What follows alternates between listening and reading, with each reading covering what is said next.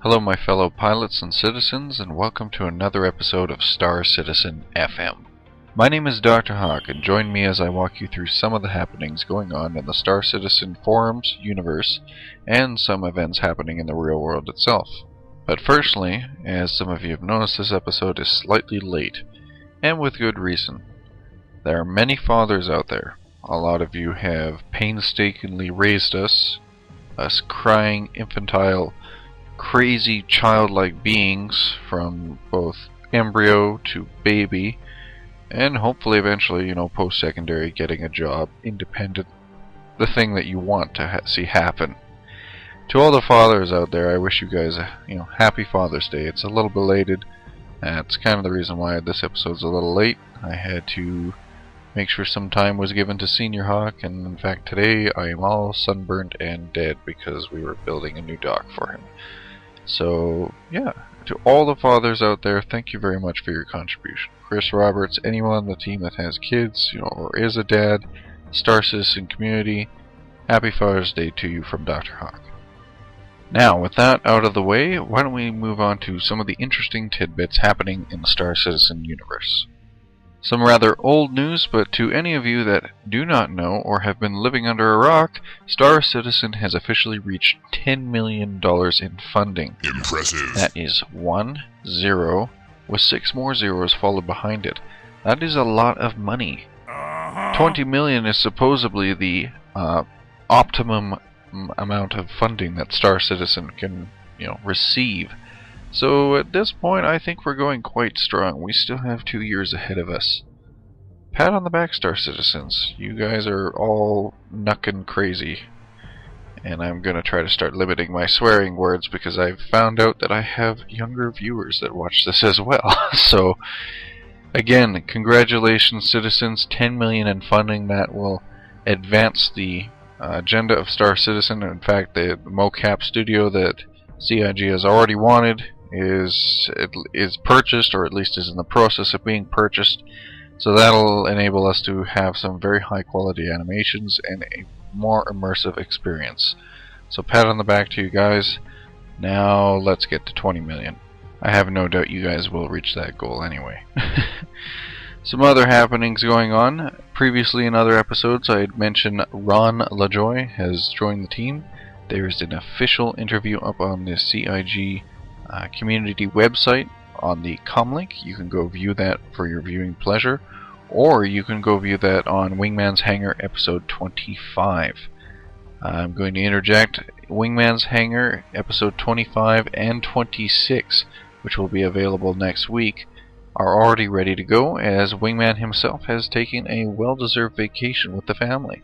So the next time you guys see him in the chat, or maybe in the verse, congratulate him on his continued progress towards his weight loss goal, as well as a well-deserved break. Everybody needs a break now and then, even the Wingman.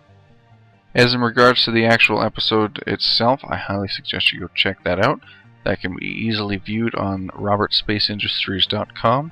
You can click the link below this video in the description to view it. Or alternatively, you can read up on it if you're looking for a quick summary. There's always good things to be found there, and I implore you to check them out. Another interesting topic that you can find on the com link is the Terra Pre-Visualization video. If you're interested in checking out how the future planets, well, not even really future, but soon-to-be planets that we'll be exploring in Star Citizen will look like, and the universe around it, you can check out the video. From initial looks, it's actually looking quite interesting. Those gentlemen over at Behavior are working quite hard, and we need to give them a pat on the back for their commendable effort. Previously in my interview with Chris Roberts, he discussed how the landing sequence of the game would involve, flight through the clouds or something to sort of mask the loading of assets and environments, providing both an immersive experience and a fun way to land. And watching these pre-visualization videos actually sort of already puts you in the seat early on, and it's really nice to see the art direction that the company is trying to take. Now, whether you're flying in a 300i or even a Constellation, although I'm not yet sure if they are rated for atmosphere, It shall be pretty fun all the same, especially if you are in a constellation or something and you can get out of the pilot's view and maybe run to a port window or something and watch it from the side. It'll be interesting to see how far they take that landing sequence.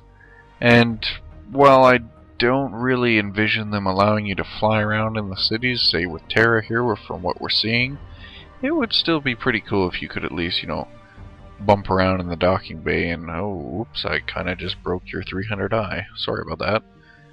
But we'll find out in future episodes of Wingman's Hangar and or from Chris Roberts himself. Until then, we're seeing some pretty cool concept art, so to speak, of what we can expect the game to be. Oh, and speaking of the 300i, in that Comlink issue, there was also the mention of a 300i promotion. Now, the 300i has been pretty much my favorite ship so far. That and the Hornet, though I still have yet to pick up a Hornet. And until they pretty much introduced my Atlas in space, which I would like to see, as I'd like to see some sort of heavy fighter, the 300i is pretty much my go-to craft. If you would like to pick up your own, I would keep your ear to the ground for a 300i promotion maybe in the future. And if any indication is to, be taken from the past promotions, there will likely be LX or special editions of the sort, either crafted to fighting or dogfighting, which the 300i is apparently well suited to, or maybe a little bit of, courier running, as it is a very sleek and fast ship, or maybe stealth or exploration. We do not yet know, and until then, we can only speculate. Ooh. Yeah, I'm not really good at the speculating either. I have a sudden urge to pull on Chris Roberts again. I need an adult to help me. Oh, and another thing I'd like to actually address, quick sidetrack from the show. Some of you noticed in my last interview there was a little mouse squeaking around in the show. Yeah, I'm really sorry for that. Usually I set the screen borders and everything so that it ignores the background stuff that I'm doing, but for some odd reason, it looked like half the time I was picking Chris Roberts' nose with a mouse. Chris, community, sorry about that. That was a little embarrassing once I watched it over, and somehow in editing I just didn't see it until you guys picked that up. So, good eye. I will make sure there are no mice in future videos. I will make sure they are eaten or cooked or stowed away somewhere. It's improper to have my food running around on your guys' entertainment anyway. Back to the topic of ships, however, there is also another interesting Comlink post based on some fan ships. Now, I'm pretty sure most of us already know that Star Citizen will allow custom mods as well as the the possibility of custom ships that could also be made part of the official Shard server. I would highly suggest to check out these following designs. The first one being the Whiplash Racer, that immediately brings up to me images of a skiff racer from Star Wars: The Old Republic. Not the MMO, mind you, the actual original one by BioWare, and then the following one by Obsidian Entertainment. The ship made by Phalanx, and I'm gonna apologize, Phalanx, or Phalanx, I can never say that word right, and I'm assuming the E is silent. Is supposed to be an interceptor or a racer. He goes on to explain a little detail, but if you would like to check out the thread, you can easily find it on the Comlink, as well as the description in my video below. The next ship is the Stranic Space Structures Vortex, which is named partly by Stranic himself. It's difficult to see in the initial picture, but in the thread he has other pictures of the vortex itself. This again is a very nice fighter itself. Almost looks inspired by some of the future swept wing, some of the NASA forward swept wing X-planes that we have in development in real life. I don't know if that was the basis for it, but I definitely like the approach. Swept forward wings, that's almost a tongue twister, caught me there, will always get A+ from me, so good job, Stranic, I really like that ship. And lastly, we have the Snub Fighter Personal Transport by Speedbreak. I have interesting thoughts out of this one because for some reason, and I really do like its speed rake, but every time I see that ship, I think of something from the Jetsons. Just the very bubble cockpit, the very sleek design. I just get some sort of Jetsons vibe from it, and I can't place my finger on it, but it's a very cool little craft, and if we were to put this beside the M50, I think it would actually fit very well. So well done to you as well. Actually, looking at all of your guys' ships, this makes me just realize I need to get to work on my ships. Even Chris Roberts himself, after the post interviews I did with him, told me to get to work on some of my assets, so I may as well do that. But to the artists that design these ships, good job. I'd like to see more of this coming, and I have no problem talking to you guys in the future if you'd like to talk about your work, you know, where the inspiration came from, the design process, etc. Maybe it'll help out 3D artists like myself who are struggling to make spaceships of their own. Struggling aside, the other point of interest in the fan spotlight, the guilds in this community are quite amazing. If you guys have seen THT, I would highly suggest you check it out now. Back when Zane posted his badass picture of Chris Roberts and Sandy, and well, I think we have covered almost every member in the development team, at least with a Photoshop, and if not, somebody correct me. But they have customized cakes. THT, I'm starting to wonder if you and Sun should get together, because Sun made a cake, you guys made a cake. Maybe if we get enough bakers together, we can actually make a life-size replica 300i out of cake. So yeah, THT, tip of the hat to you. That's pretty creative, and I'm starting to like how we're having all these cakes and yummy things appear when team members are trying to do diets and etc. We're a bad influence. Bad influences aside, the last point of interest was a previously released jump point. To those of you who are not familiar with the Orion system, you can check that out in the comm link. However, if you don't have the time, I've decided to do a read-through of the history written in fiction and in lore. So, the Orion system was first charted by long-range UEE destroyer squadron in 2650. Low on fuel, the squadron made the transit to Orion in the hopes of collecting spaceborne hydrogen off the shoals of the system's gas giant, Orion 8. The unit ended up spending 3 weeks in system and producing in-depth star maps of the region. The system was found to contain a single habitable planet, Orion 3, named Armitage by the explorers. Few exploitable natural resources and no additional strategic jump points. Locating nothing out of the ordinary, the UEE gave little thought to the system for the next 2 decades. Following the upheavals in the 2660s, a strong colonial movement surged through the human homeworlds as politicians began to extol the virtues of once again reaching out for the galaxy. Despite lacking a strong selling point, Orion was chosen for one of the dozen odd colony programs established during that period.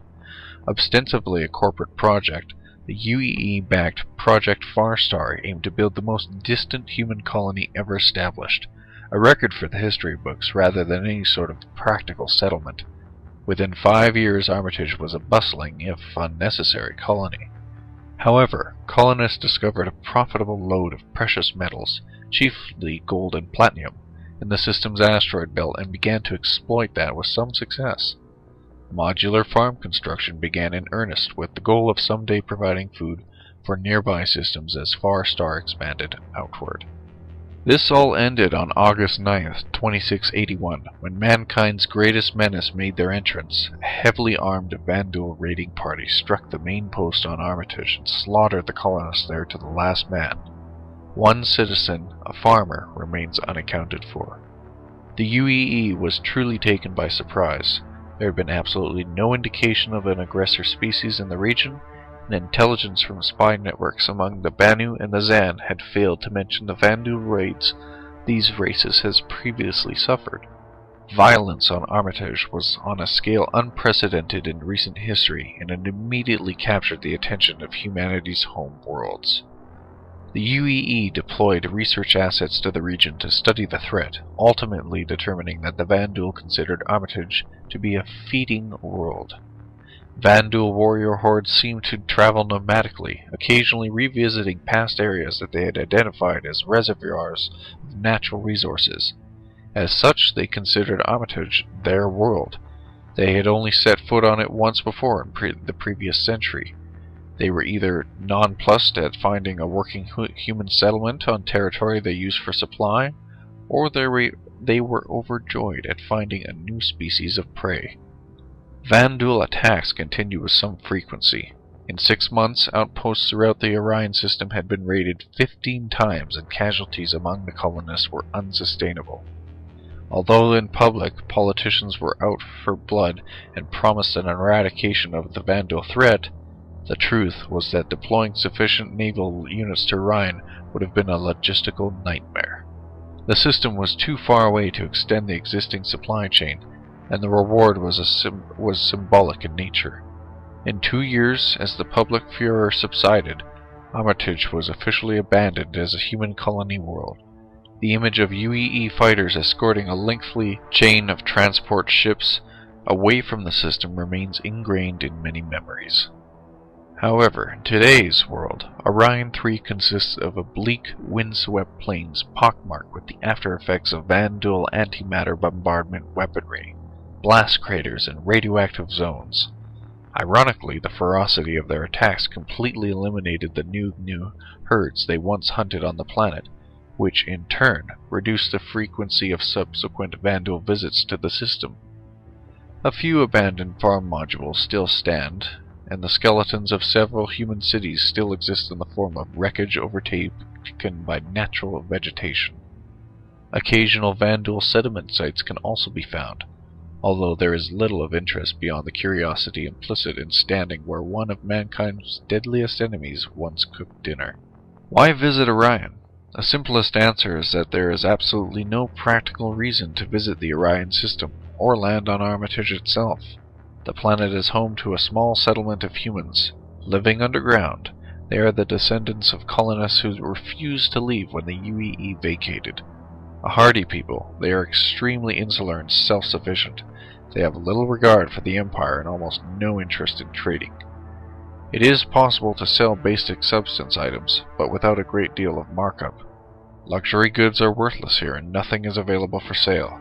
Deposits of gold and platinum can still be located in the asteroid belt, but prospecting them is time-consuming, and transporting goods so far from the core worlds is a daunting logistical task. Vanduul hordes do make transit on occasion to pick up food from Armitage and ore from the asteroids, and a pilot foolhardy enough to want to test his mettle against them could reasonably do so here. As the ecosphere on Armitage dies, Vanduul forays are becoming increasingly uncommon.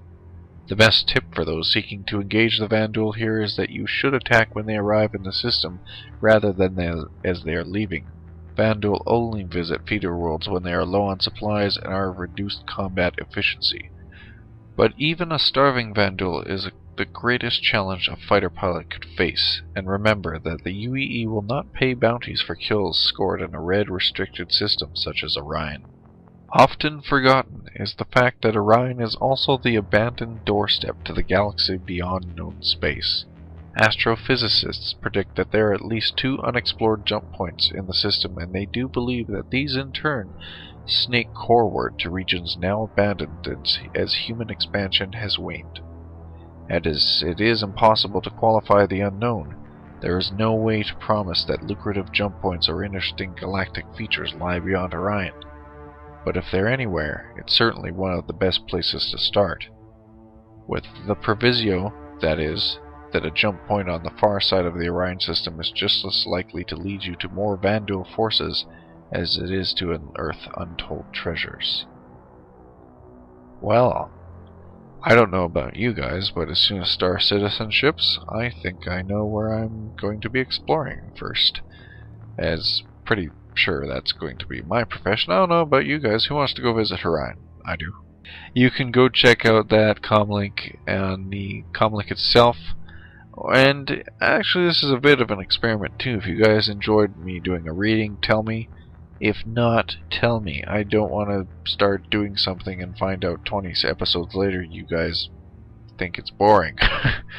So, tell me if you guys enjoyed a read through of that. I like reading things, and I like to try to at least make them sound interesting, and especially with a place like Orion. That reminds me of Dead Space for some reason, but completely different game. That pretty much covers what I wanted to talk about today, so again, apologies if it's not a super long episode, but I enjoyed making it, and I enjoy doing them for you when I can. I did mention I wanted to mention some things going on in the world. For those of you who are not aware, E3 did happen. And since this is not a show based on E3, I'm going to sum it up in a few simple words. Sony bitch slapped Microsoft. Like literally, as in they slapped Microsoft across the floor. I know most of us here are PC gamers. I'm sort of a hybrid. I sadly will probably end up buying an Xbox One. But Microsoft is doing their damnedest to make me not want to do it. Restricted game access, can't share games, can't do this, no, no, no, and then if Sony turns around and just says, sure. That's literally what they did. They defied everything Microsoft did, and the crowd is flocking to them. There's some good games shown. I'm not going to recount them all. You can easily search them up if you're interested. And who knows, maybe some of them will come to PC. There are some interesting games out there who, would be great on a PC platform. But we'll have to wait until the future to see. Until then, my name is Dr. Hawk. I hope you guys have enjoyed this episode. As always, please click the fuzzy little hawk on the lower left corner if you'd like to subscribe to my channel. If you liked the video, leave a like or comment in the video below or on the forums. And even if you have a complaint or feedback, please let me know. And I will see you guys next time in the verse. You guys take care and fly safe.